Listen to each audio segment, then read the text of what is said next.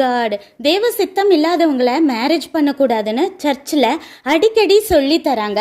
ஆனால் ஏன்னு நம்ம யோசித்திருக்கோமா?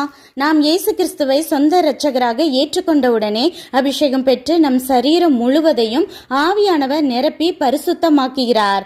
எக்ஸாம்பிளுக்கு இந்த வேளையில் ஒரு நபருக்கு தேவ சித்தமான வரணும், தேவ சித்தம் இல்லாத இன்னொரு வரணும் வருது.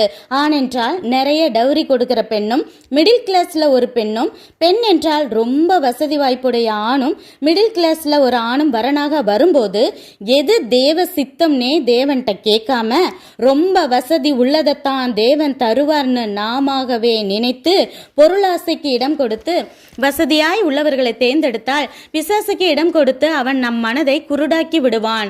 சின்ன பிள்ளைங்க மஞ்சள் சிவப்பு என கலக்கலரா கண்ணாடி போட்டு இருப்பாங்களே, அதே போல பிசாசு அவங்களுக்கு ஒரு கண்ணாடியை மாட்டி விட்டுருவான்.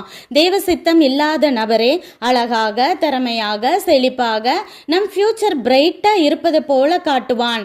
திருமணத்திற்கு பிறகு ரட்சிக்கப்பட்ட நபருக்குள் உள்ள பரிசுத்த ஆவியும் ரட்சிக்கப்படாத நபருக்குள் உள்ள உலகத்தின் ஆவியும் போராடி பரிசுத்த ஆவியானவர் துக்கப்பட்டு கொஞ்சம் கொஞ்சமாக தூரம் போவார்.